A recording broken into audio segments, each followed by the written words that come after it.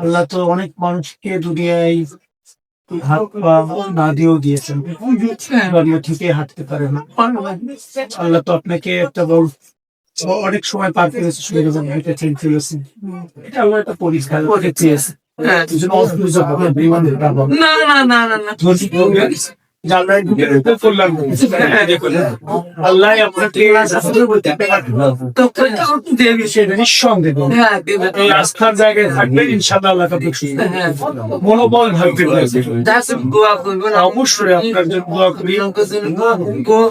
আমি মনে করলাম এবারটা আমি চামড়াটা ভোট করব, খুব ফুলিয়ে ভোট আল্লাহ আপনি দোয়া করছেন, সেই জিনিস আমার হলো আপনি যে চেয়েছেন না, এই চাওয়াটা আল্লাহ আর এই চাওয়ার কারণে আপনি ঘরে বসেও ঘরে বসে আপনি সেই সওয়াব পাবেন। এটা হচ্ছে মানে ইসলামের বক্তব্য।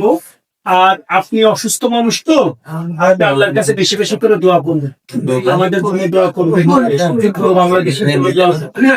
তাহলে কি হবে, আল্লাহ যদি মানুষের অন্তরকে ঘুরিয়ে দেয়, তাহলে কি হবে, আপনার চাওয়ার আগে মানুষ যাই ভোট দেয় না। আমরা ওর অন্তর ডেকে বলবে আল্লাহ ঘুরে দিতে, তাই বলবে না, বলবে যে না আমার ওই সবাই করবো না, আমি এখন দাবি ফেলে। তাহলে আপনি ঘরে বসে সে কাজটা হয়ে যাবে। আল্লাহর কাছে দোয়া করবেন।